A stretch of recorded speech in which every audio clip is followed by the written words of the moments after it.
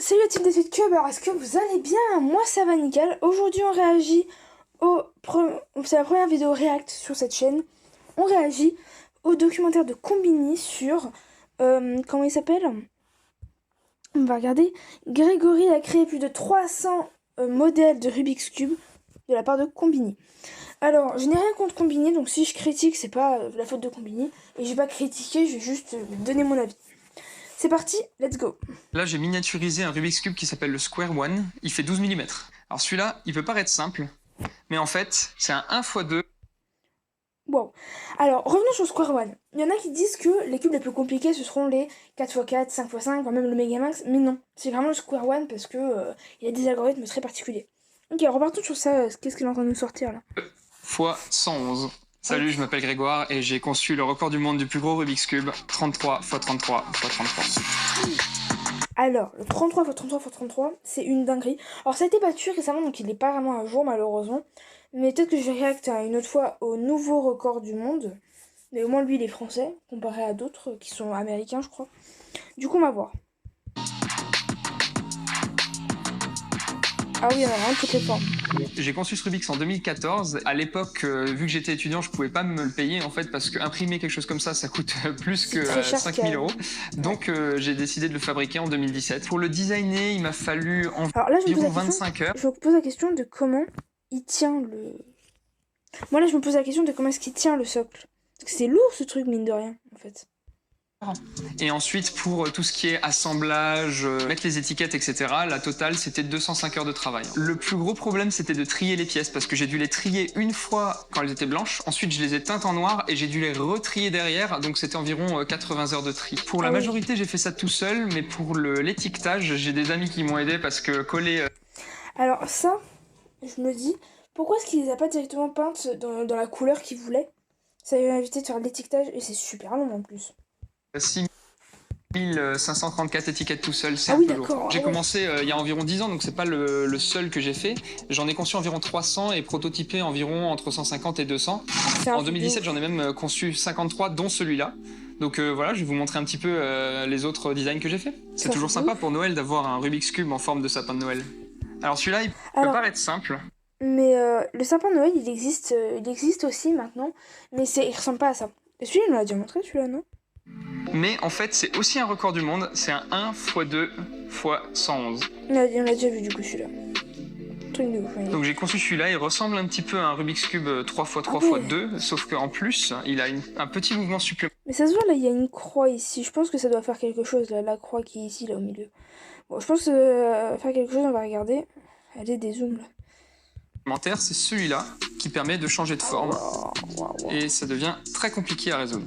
Il y a celui-là qui est un petit peu particulier parce qu'en fait il y a deux rotations par côté qui tournent et en plus il change de forme.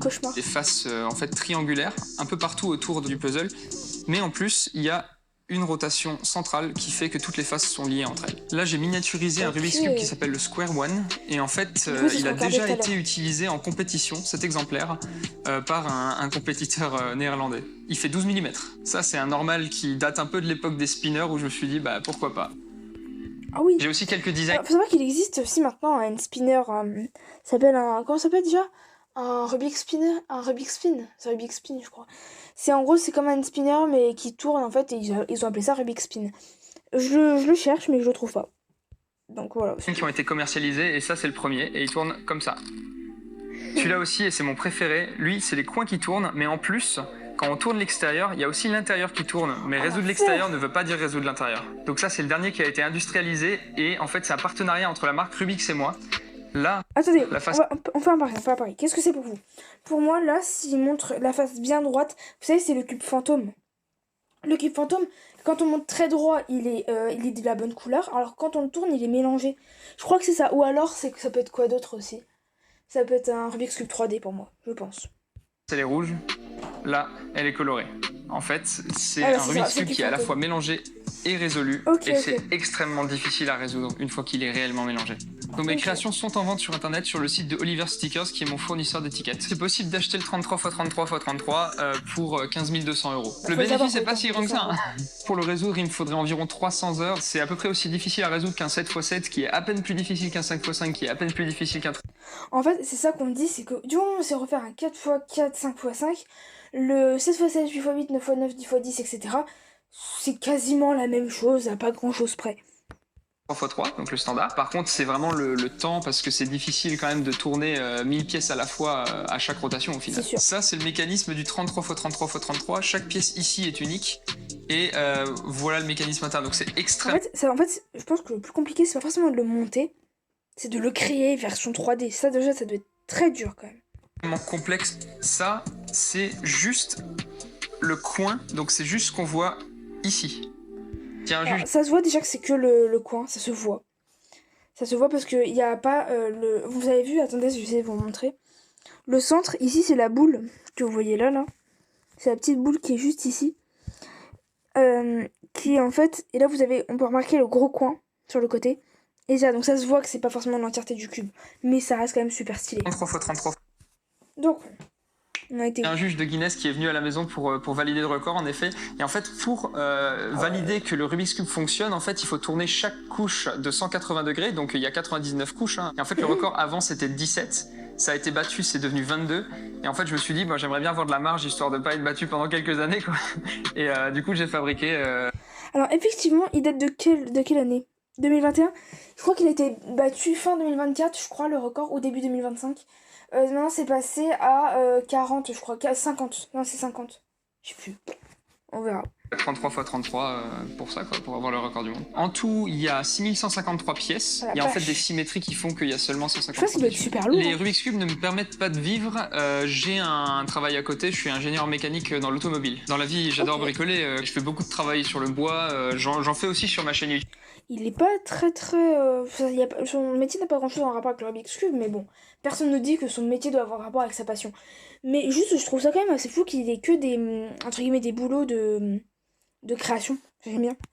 Cube d'ailleurs, c'est vrai que les Rubik's Cube ce sont pas du tout ma seule passion. Je fais du piano, je chante et je fais aussi du pilotage, donc je pilote des avions. Ce qui m'a vraiment passionné avec le Rubik's Cube, c'est qu'au début je voyais des gens qui le résolvaient, je me disais mais c'est vachement impressionnant, etc. Et c'est juste que ça attrape l'œil et on se dit en fait... Alors très belle collection, très belle collection. Je pense que ça doit être tous ces cubes qu'il a entre guillemets créés. Je pense qu'il y en a certains qui sont... En fait j'ai l'impression qu'il y en a beaucoup qui sont inspirés de cubes, en même temps c'est logique. Mais très belle collection, vraiment très très belle collection. C'est super compliqué, mais au final non, pas tant que ça. Et quand j'ai appris à le résoudre, j'ai vraiment adoré et du coup je me suis dit mais est-ce qu'il y en a... Il a dit quelque chose de très intéressant, c'est que c'est pas compliqué à résoudre. Et c'est ce que je dis tout le temps, c'est que c'est pas compliqué à résoudre. Quand les gens me disent waouh c'est impressionnant ce que tu fais, je suis là, alors peut-être, mais c'est pas non plus super compliqué à résoudre, donc je trouve pas non plus le truc, comment dire, il est pas obligatoire d'être choquant. Pour moi il est peut-être bien, mais pas choquant à ce point-là. D'autres sur le marché, et quand j'ai vu qu'il y avait un nombre vraiment limité d'autres Rubik's sur le marché, je me suis dit mais pourquoi je peux pas fabriquer les miens? Et sur internet j'ai découvert qu'il y avait des gens qui faisaient ça grâce à l'impression 3D, donc je m'y suis mis également. Ok, alors résumé un peu de ce documentaire. Incroyable du coup, parce que le mec il s'est quand même dit si je créais des cubes, genre vraiment pas la question qu'on se pose tous en fait. Donc franchement bilan, j'aime beaucoup maintenant les vidéos réelles, je pense que je vais faire beaucoup plus de ça sur ma chaîne. Dites-moi si ça vous plaît également, si ça vous plaît j'en ferai plus. Et ne vous inquiétez pas, on continue les vidéos suivantes, on continue les shorts produits, on continue tout. Merci, on est bientôt 100 abonnés, donc si vous pouvez me faire passer les 100 ce serait pas mal. Et je continue les lives aussi, souvent le week-end. Donc soyez présents, et je vous dis à bientôt pour une prochaine vidéo.